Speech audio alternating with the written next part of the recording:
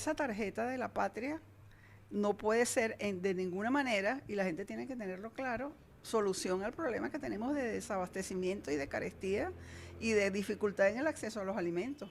Porque los problemas de base siguen sin solucionarse. ¿Y cuáles son los problemas de base? Bueno, que el aparato productivo está prácticamente destruido, que la capacidad importadora del país no existe. Entonces, este gobierno destruye el aparato productivo y alienta una política de importación total de los alimentos. 7 de cada 10 alimentos se importaban en Venezuela durante este periodo. Ahora no hay los recursos para hacerlo. Las estructuras productivas están totalmente destruidas. El ataque que se ha hecho contra la propiedad privada, sobre todo en el sector de producción de alimentos, ha hecho estragos. O sea, ha desaparecido 5 millones de hectáreas, han pasado a manos del Estado. Todas las empresas que están en manos del Estado están abandonadas, no producen, se han caído todos sus niveles de productividad. Nosotros antes exportábamos algunos productos, exportábamos café, teníamos un pleno abastecimiento de azúcar, de arroz, de maíz. Ahora somos netamente importadores, pero somos importadores sin recursos para hacerlo. Y la capacidad productiva del país está en el piso. Entonces, ese es el drama. La tarjeta de la patria no va a resolver esto. La tarjeta de la patria es un mecanismo de control social. ¿Qué es lo que va a pasar? Que la gente va a afiliarse a esa tarjeta porque cree que eso le va a dar acceso a las bolsas CLAP, que hoy son manejadas corruptamente. Son un mecanismo donde se le da privilegio a la gente adicta al gobierno.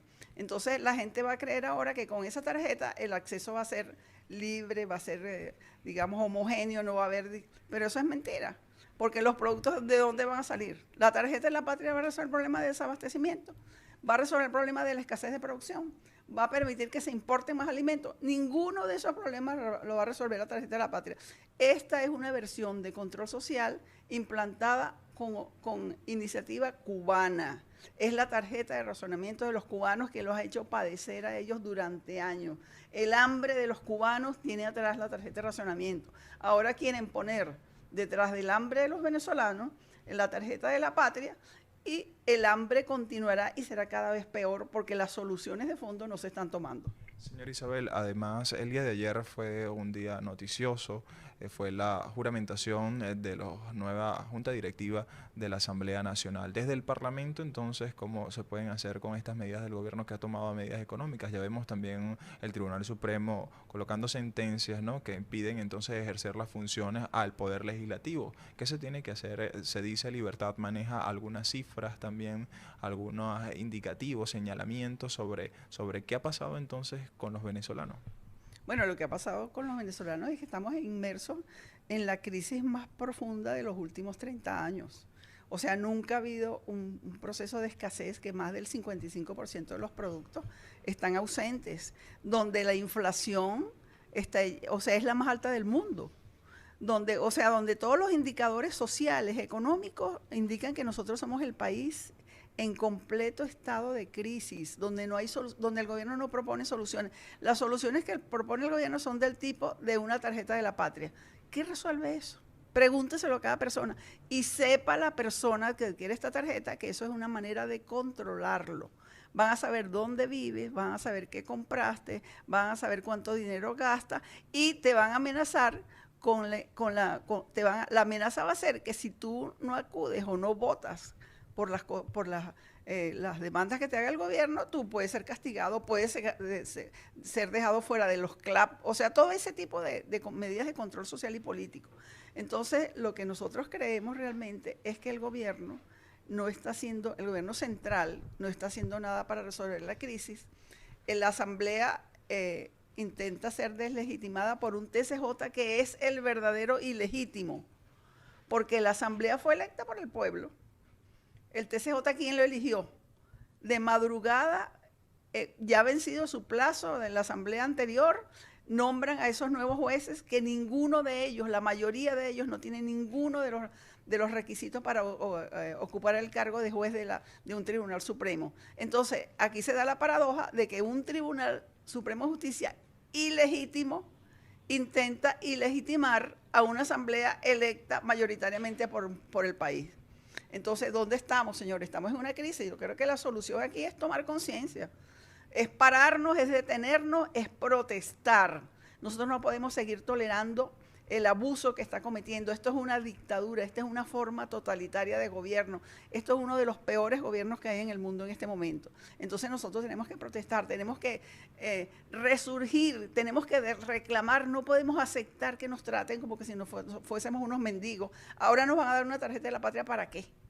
Para controlarlo, no para darnos los alimentos. Nosotros no queremos que nos den nada. Lo que queremos es que el país produzca, que sea productivo, que sea rentable, que haya actividad económica, que se generen empleos. Eso es lo que quieren los venezolanos. Sí. Y señora Isabel, ahora que menciona lo de las protestas, los venezolanos pueden manifestar entonces sus derechos, bien sea constitucionales, su derecho a la alimentación, que es una de las cosas que estamos hablando, el tema económico, pero el gobierno también hizo una reestructuración en su gabinete ministerial, un nuevo vicepresidente, Tarek El Aissami. ¿Esto podría radicalizar entonces las políticas que ya ha implementado el gobierno?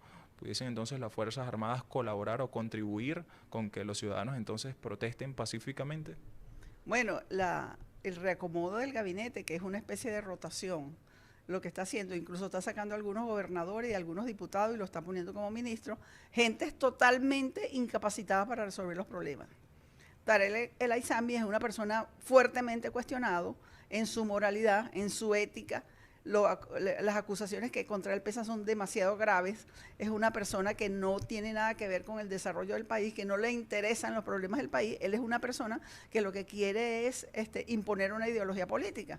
Entonces eso es una expresión de lo que es ese nuevo gabinete. Elías Agua y ese señor Hubert Roa del Ministerio de Educación, ¿qué tienen ellos que ver con la educación? ¿Qué tiene que ver Hubert Roa con la educación? Si ha dado muestras de falta de educación, que es todo lo contrario. Entonces, este reacomodo del gabinete yo creo que lo que ha hecho es empeorar la situación, porque entonces han puesto en manos de radicales, comunistas extremos, la dirección de un país que está quebrado y que está en medio de una gran crisis, con un Tribunal Supremo de Justicia ilegítimo. Esas son las condiciones.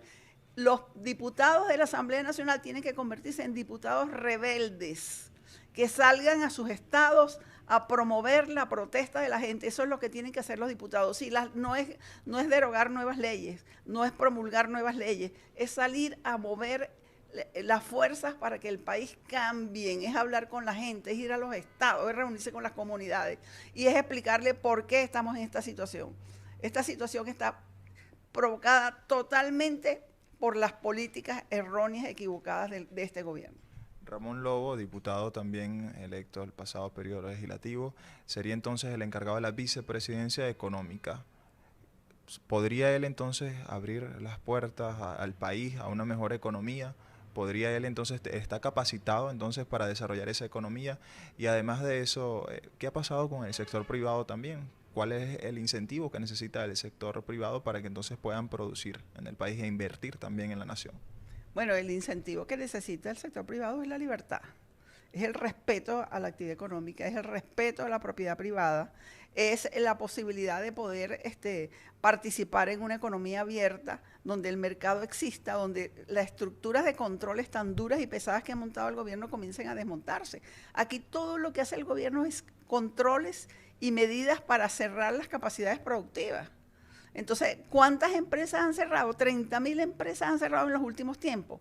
¿Cuántos comercios van a cerrar después de la arremetida del SUNDE contra el comercio? O sea, ¿qué es lo que se está haciendo? Se está haciendo tomando medidas para que la economía crezca, para que haya más producción, para que el abastecimiento mejore, para que se acabe con la escasez. No, todo lo contrario. Entonces, lo que nosotros podemos esperar, tanto de esos nuevos ministros como Ramón Lobo, que parece que de economía no sabe absolutamente nada, ni tiene ninguna experiencia, y que es puesto ahí por cuestiones políticas, o sea, por intereses políticos. O sea, es un gabinete que no está orientado a pensar ni actuar en pro del crecimiento, de la mejora y de la paz social. Muchas gracias, señora Isabel. También usted es autora del libro Por un país de propietarios, el petróleo no tiene la culpa. ¿Cuál es la situación de nuestro país? ¿Qué nos puede también comentar del libro y también la situación del sector privado, también del derecho entonces a tener propiedades privadas los venezolanos? Bueno, el argumento fundamental que expongo en este libro es la necesidad de que los venezolanos tomen. El problema en Venezuela es tomar conciencia.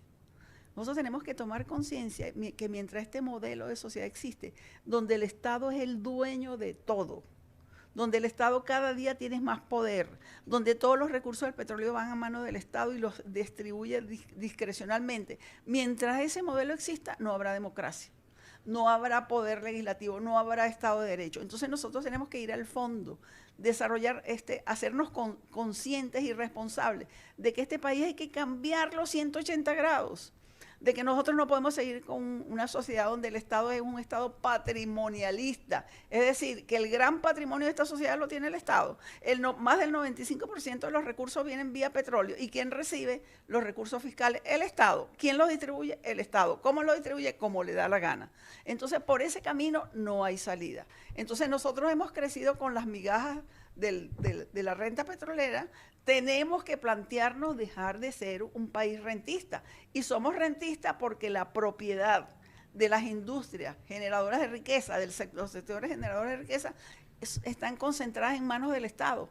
Y el Estado decide lo que quiera hacer con ella y con los recursos fiscales que recibe. Entonces es un cambio total lo que tenemos nosotros que patrocinar.